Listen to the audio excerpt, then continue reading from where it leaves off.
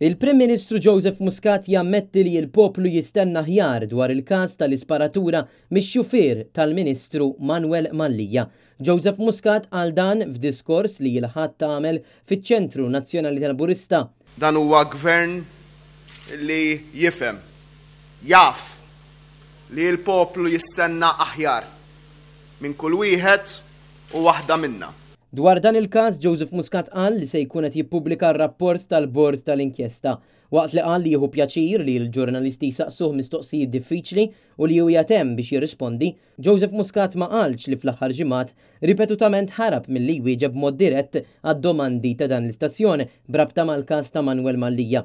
Min attakk fuq il-Partit Nazzjonalista għal eloġju dwar il-Gvern, il-Prim Ministru ftaħar li jagħtem biex iwettaq il-ġustizzja soċjali.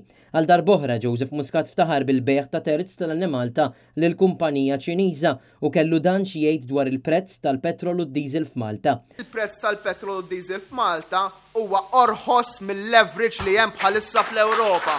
Huwa orħos mill-leverage li hemm bħalissa fl-Ewropa.